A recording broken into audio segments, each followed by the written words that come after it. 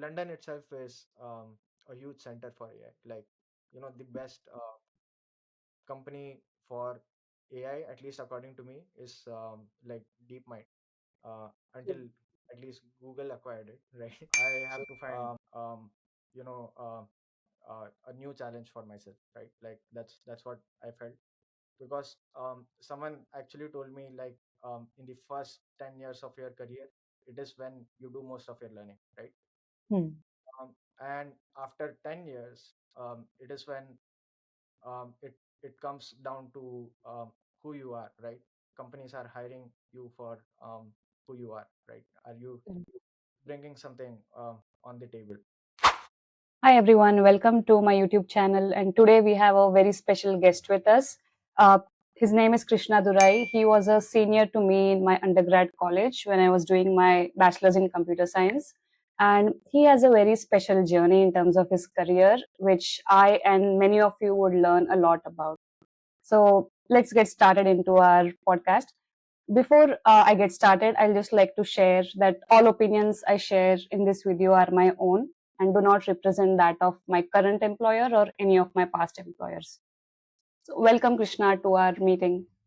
How are you doing today? Yeah, I'm doing good. Yeah, same as you. Like, I have to also say, like, I'm not representing my company, that is Meta, right?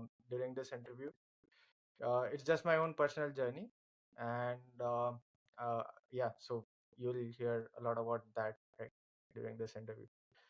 Oh, thank you so much. So, Thank you Krishna, for thank you for having me here, right? And I've been following a lot of stuff you have been posting. It's really good that you always find the time, right? Like, to do all this. Like, it's good. Yeah. cool. Thank you. So, Krishna, your journey is special in terms of you recently moved to Meta directly while you were working in India. So, I'd like you to briefly introduce yourself to the audience and share a bit more about yourself and your journey. Yeah, so I've been in the software industry for now about 10 years, right? I graduated in 2014 from VNIT, right? Visvesvaraya National Institute of Technology. And throughout the course of that journey, I've been doing many different things. Like, it's not just one area that I've worked in, and it was more or less like intentional, right? Like, I wanted to explore many things, do many things, and lot of that was possible just because maybe I was in startups, and fairly even in the only large company I was in, that was Cisco. I had really good leaders who were, like, always listening to my opinions, or even telling me what is the thing that I should do. So, yes, to cover a bit of what uh, I did, right, through these 10 years, right? So I started at our alumni's company called Voltice. I had interned there. So this was by Ankur Pachbude, who is again from batch of 2000, right, from our college. And I hope I got that year right. So he he went to IIT Bombay, and later on worked in a lot of such security kind of companies like Symantec and so on and so forth, right? McAfee. And he started Voltice, which was quite similar to what Dropbox was doing. But Dropbox at that time wasn't addressing business use cases, right?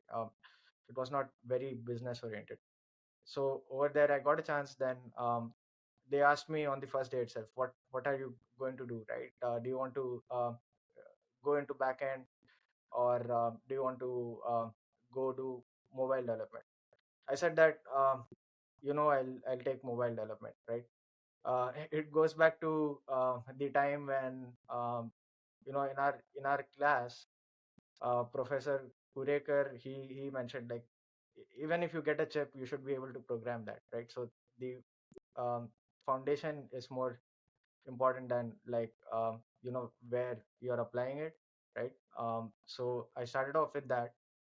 and eventually I went to backend in that same company, right? And after a time, like I felt that I needed to move to my hometown, that was Mumbai.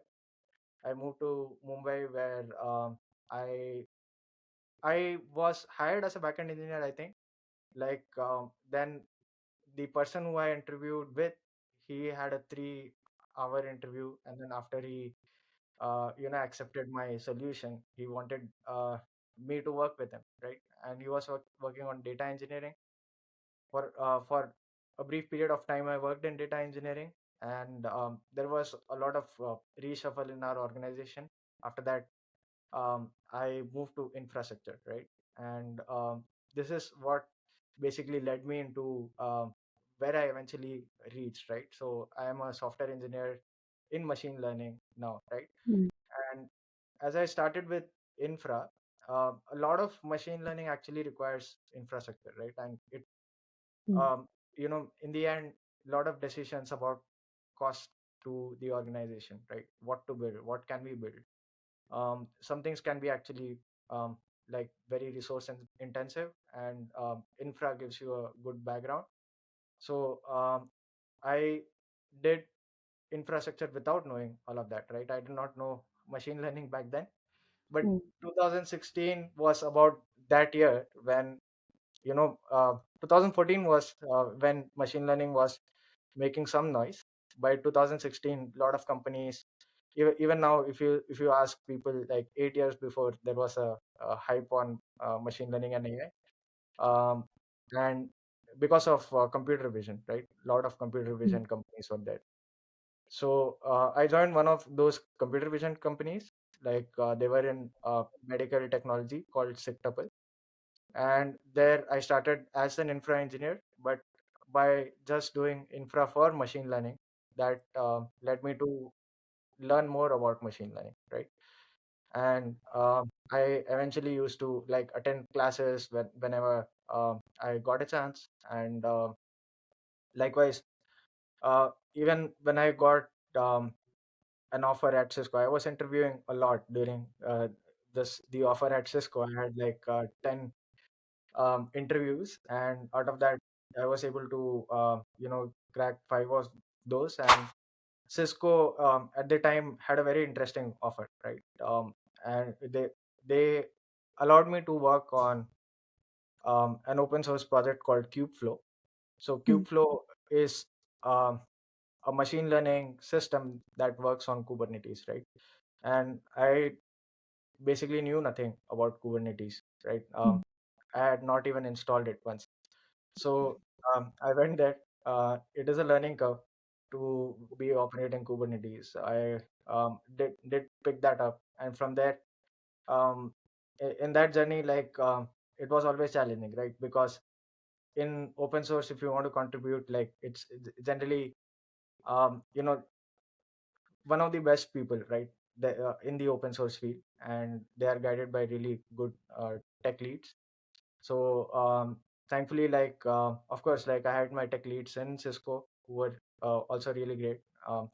Apart from that, I had the opportunity, to even learn from across the entire globe, right? Like there was a great tech lead in Google. Um, Outside of it, many startups, right?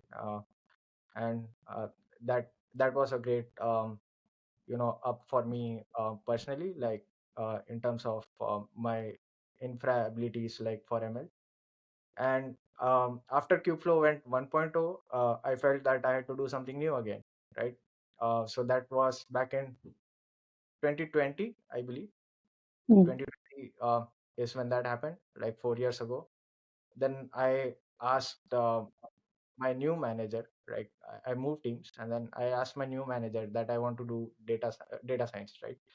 And then Mohammed Elgish was my manager, right? And he's uh, definitely like one of the best managers I have had. Like he was totally accepting of this, and he kind of needed someone in the team to be able to do all of the ML stuff, but with good software engineering skills. mm, And he also used to teach as he used to manage, right? So I was able to learn a lot of things from him. I did an online degree, that is a professional degree from Stanford, like because he nudged me on to do that, right? And he changed my title, like from software engineer to data scientist, actually without having that kind of credentials, right? Like back then. So yeah, so that is when my foray actually started into machine learning. And then the um, next job was like a remote job, right? I was in a company called Explain. It's a company started by Hassan Sawa, who himself is a big guy in the Silicon Valley, right? And like because of that, attraction of working with Hassan Sawaf and all of the other factors around it, I decided to join remotely, and it turned out to be a great experience for me. Like I eventually landed up like managing a team in there. Uh, Oh. yeah. Uh, so when I left Cisco, right, this is where the part of how Meta came in actually starts, right? So when I left Cisco, I was in that period of saying that, okay, I feel in Cisco, kind of my journey is about to end, right? So I was about around 7 years into my own experience. If I recall correctly, like, um, so I felt that, okay, like if I stay here, this is not going to improve, right? For myself. I mean, there are great teams in Cisco, but I felt it was time for me to move to some other company. And Explain, on the other hand, they had reached out personally, right? And by that time, that was in 2021, if I recall correctly, I had explained, I had like applied to different companies, and my resume was with Meta by this time, right? So, and I did not uh, hear back from them at that time at all. I joined like Explain, right? So this was I had a year with Explain after that, right? In 2022, a recruiter reached out to me, right? All of a sudden, right? They said that you had applied to Meta, and I was sat there thinking, when did that happen, right? Okay, that was year back in time, in 2020 right? And this is 2022, somewhere around June of 2022. And I was planning my vacation. I told the recruiter, I'm going for a vacation. Like, I need, at least a couple of months until I even think about giving a screen round, right? So I will try to be with like the journey. Like, what happened on the first call with the recruiter is that they generally reach out to you believing that, okay, you're a good fit for a role, right? And it is that, they have a lot of internal tools. It is a lot of magic that they have that I personally don't know of, right? But they do some kind of matching based on different kind of roles that they have. They are looking for specific things. At least for a machine learning engineer, they are looking at projects that you have done, what kind of metrics you have achieved, right? And do these projects actually correspond with what they are doing, right? Like that is also one important aspect, right? And more or less, it has become a bit more you know team sensitive, right? The recruiting process, right? They are headhunting, especially for senior engineers. And I will always encourage people to apply, right? You don't know when someone will reach out to you, so it is better to place things in the right place as soon as possible, right? And yeah, so for me, that happened in 2022. She asked me a bunch of questions saying that, okay, like, you're applying for a senior level, at least we map you to a senior level, right? So in Meta, you don't apply to a senior level. They try to match you based on your experience. Back then, I was kind of leading a team, so they mapped that to a senior level. So she cross Mm. questioned on those things, um, and she was trying to gauge what kind of work I do. Like, Mm. do I guide other people, mentor other people, things like that. They do matter at a senior level, right?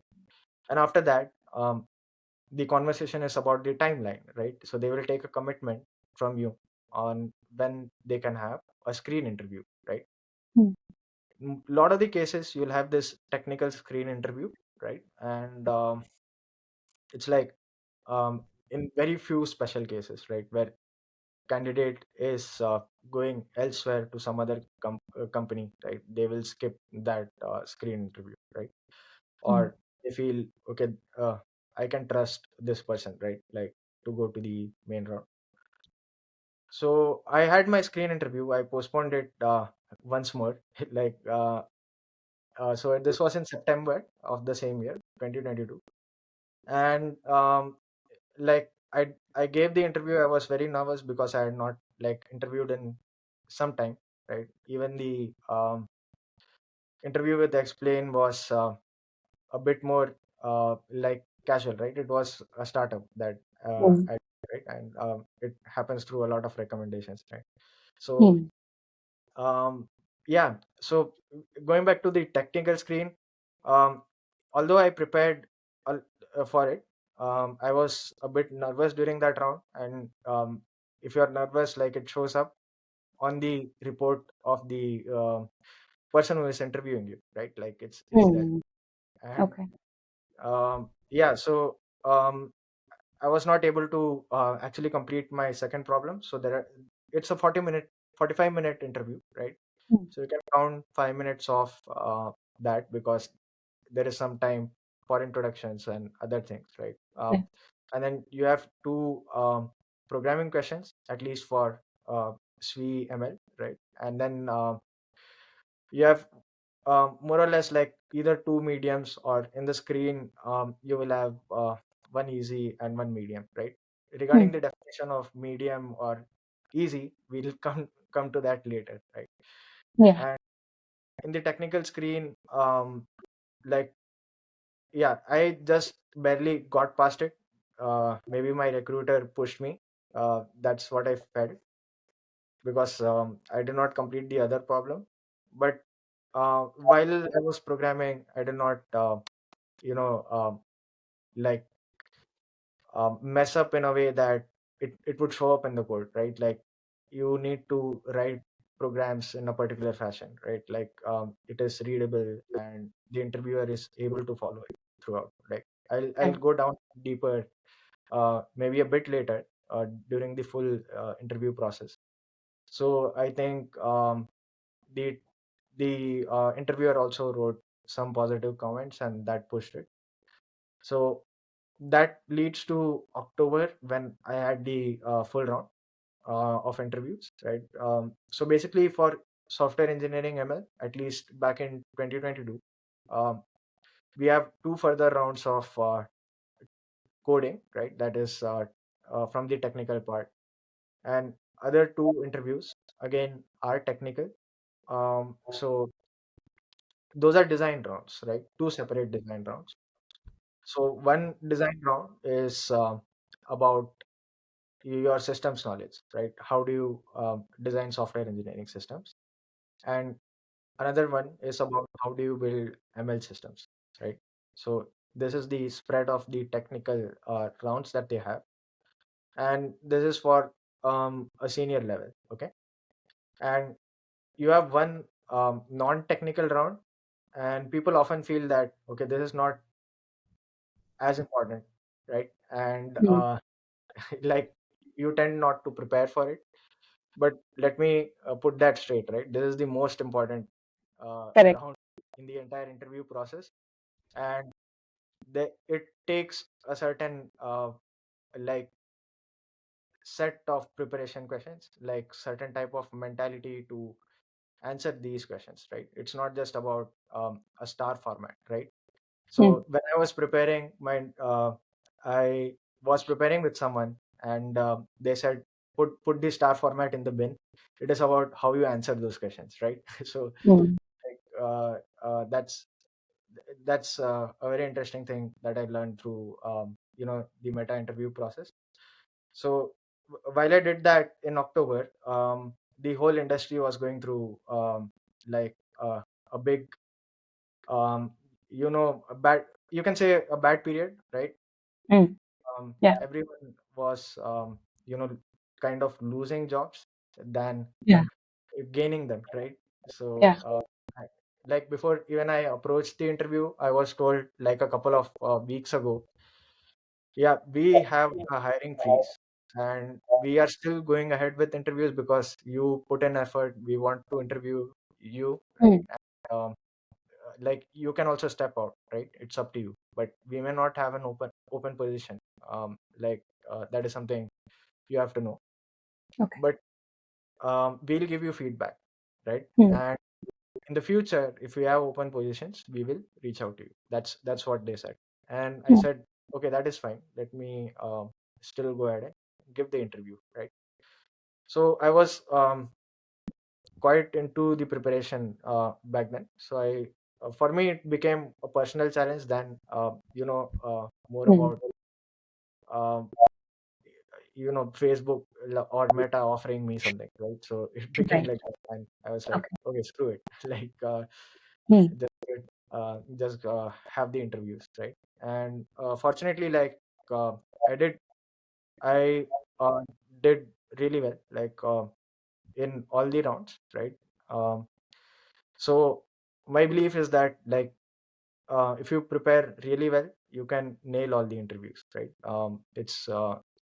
It is something you can prepare for, like, Mm. and it is also about I don't want to discount one thing that people often forget about, is that um, the interview is also about you, right? It is not just a standardized process. Mm. So it is also about you as an engineer, like because they are trying to evaluate that through a standardized process, right? Mm. So always keep your mind open as a software engineer. Um, Got so it. you are prepared. You'll have the room, right, in your mind open for Yeah. being yourself. Like, so that's Correct. important. So in Cool. last year of September, sorry, I'm not letting you talk, right? No, no, go on. This is for you to share your journey. Yeah. So last year in September, I got an email. Like, yeah, all the time in between, it was like there was no response. Unfortunately, all recruiters are also being let go, so there was no contact, right? Mm. So even my portal page, so there is a portal that Mm. keeps track of what your interview um, schedule is, and post interview stuff is, right? Even that went so there was no contact. So back in September last year, I got an email saying that it is Meta with good news, right? So I was Oh, like, wow.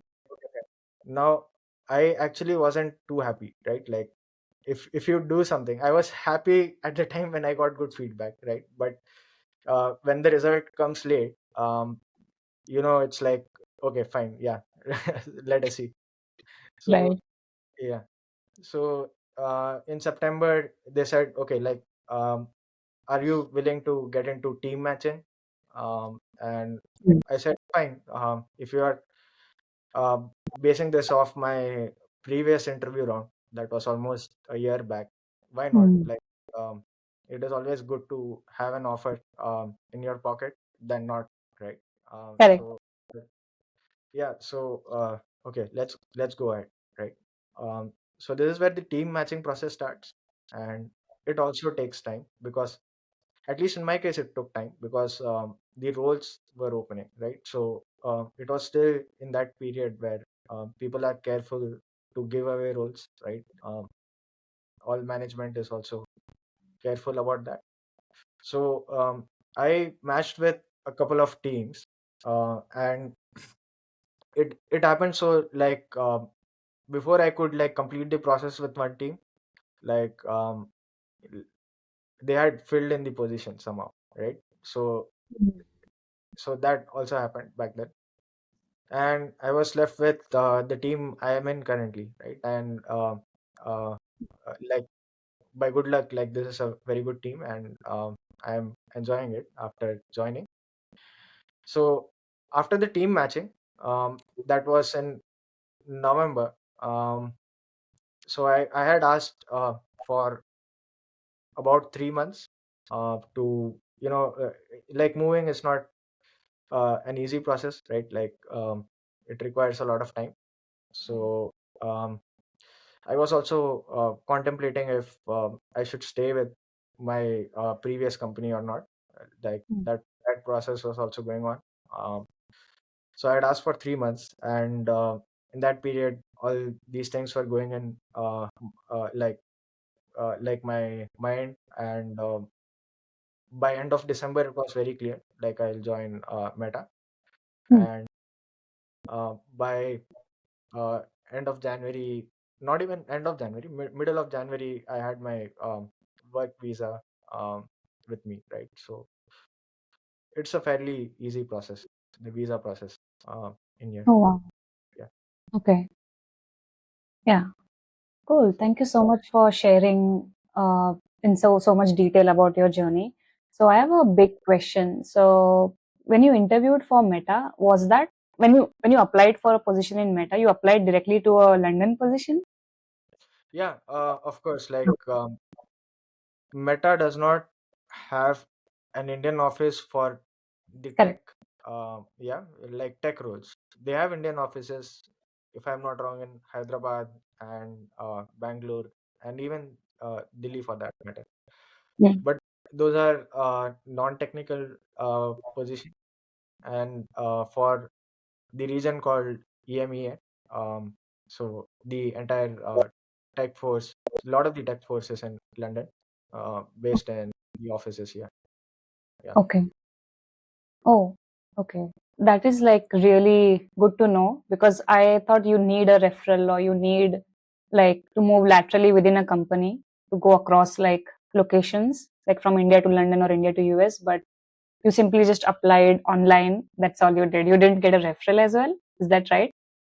I don't know. Like I'm not sure, right? Like I have friends in Meta that are there before, like but you never know, right? Like there is this in our referral portal, like people can refer you without telling you that they're referring you, right? So that can also Hmm. happen. So for me, what I know, like I did not have a referral. Yeah. So Oh, wow. Yeah, that's really good to know. I think our audience would be really happy to know this that even they can apply and you just need to have a strong resume for you to get a call back. Uh, yeah, yeah, cool. So, how do you like it in London? It's been a few months you have moved there. How do you like it? yeah. So it has been couple of months. So like January and February are pretty cold months, right? At least from someone coming from India. The Russians have Hmm. a different view altogether. Yeah. So, like yeah, so the sun is not there most of the times, right? And now Hmm. in March and April, it has been pretty like great, like weather-wise, right? And it only gets better. So London as a city, I think it is one of the you know like in terms of HDI, like Human Development Index, it is one of the best cities in the world, right? So even last year, there was this magazine called Global, um, some global financial magazine, right? If I recall it correctly, they ranked London Hmm. as like the best city in the world to live, right? And there are reasons for that. Over here, there is a lot of focus on like how public transport is, right? Hmm. Like how the quality of life is. they won't do construction if the air quality is getting affected, stuff like that. So Um, it is uh, really well managed from a living perspective. So hmm. yeah, so Okay. it's a good city. And like I always like football, right? Anything like playing or Hmm. for me, it Oh, is the wow. best. Yeah. Oh, that's so good to know. Did you visit the London Bridge? Yes, I mean, I was here previously, like last Oh, year. Yeah, oh, of course, I've been there. okay.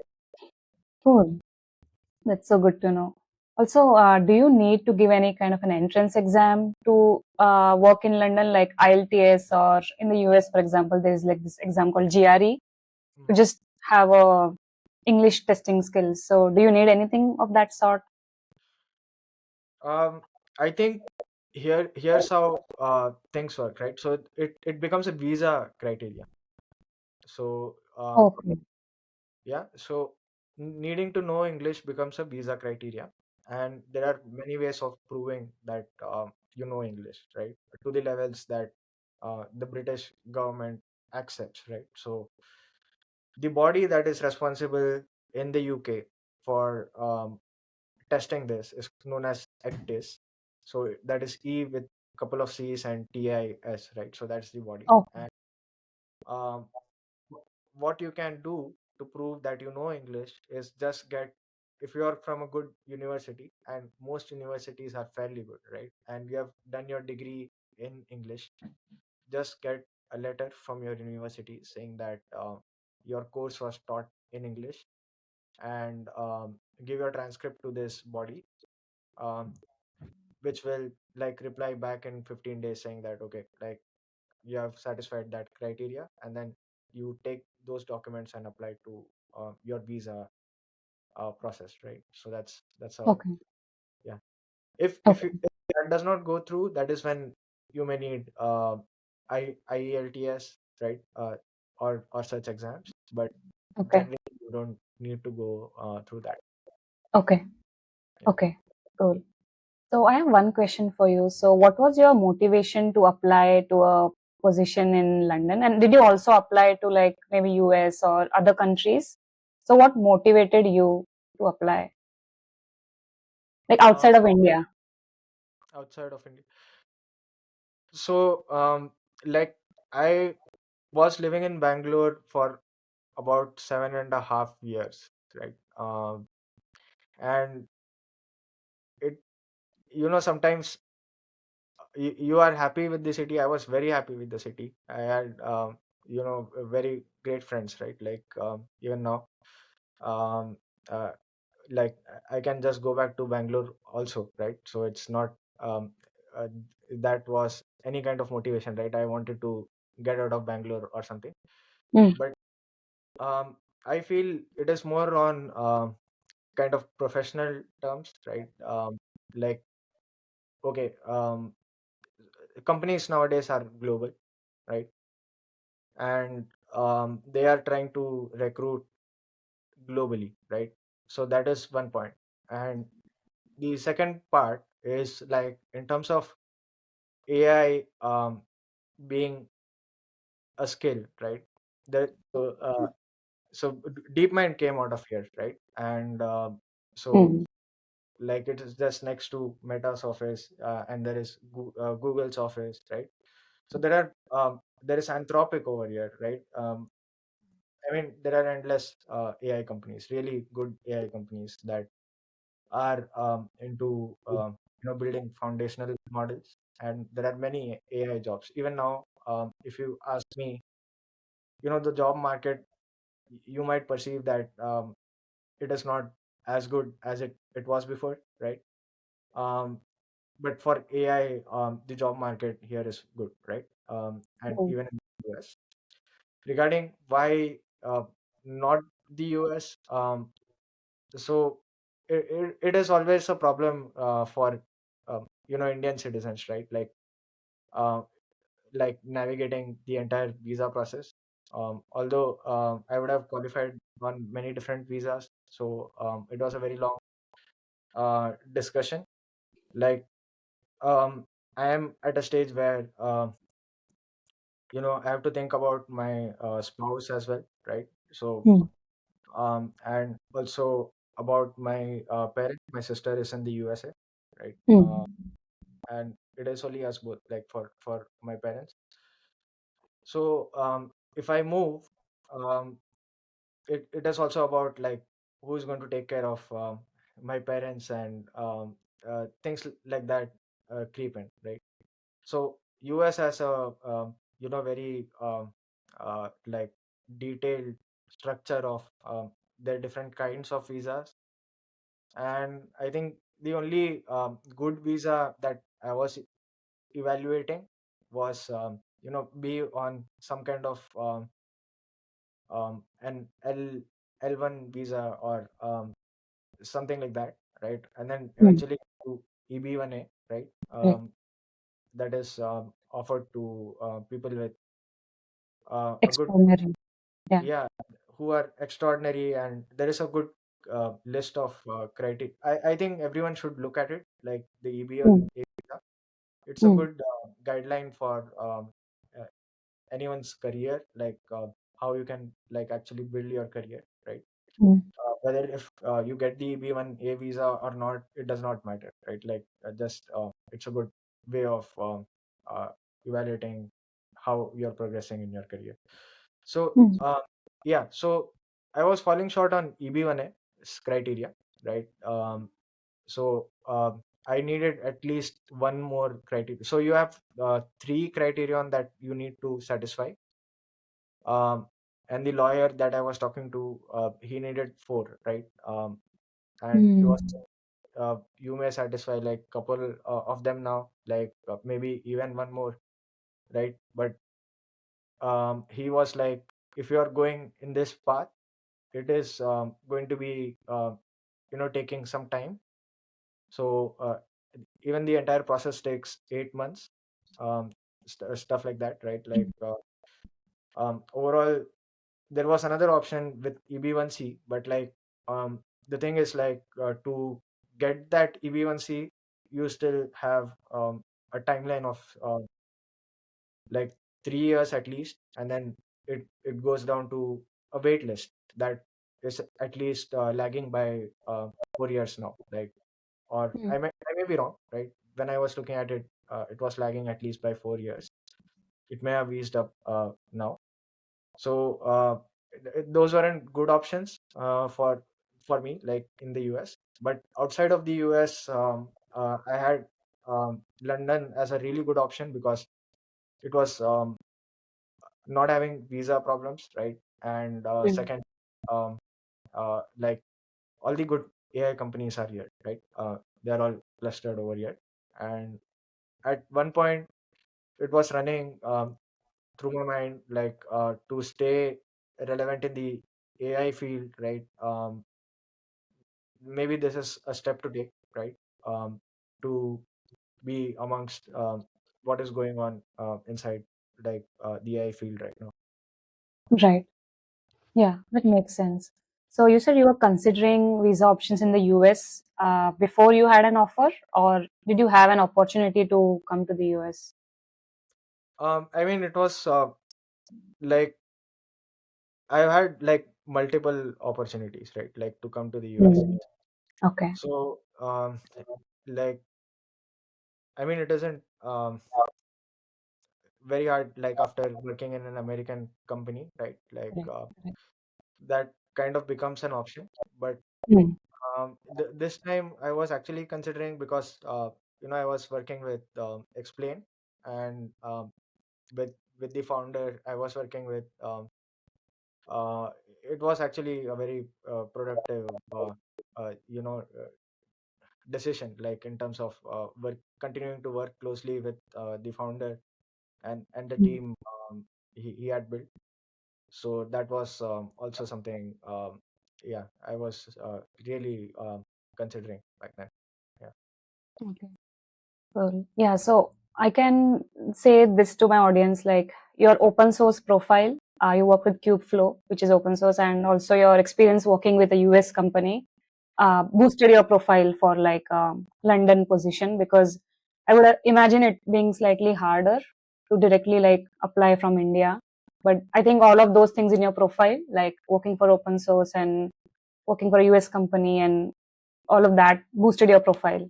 So that is something the audience can take note of, like if they want to try for an opportunity outside of India. Yeah, I believe like everyone should give a shot on their own to work in open source. Like I believe like open source needs a lot of people, and you know people in Google Summer of Code, right?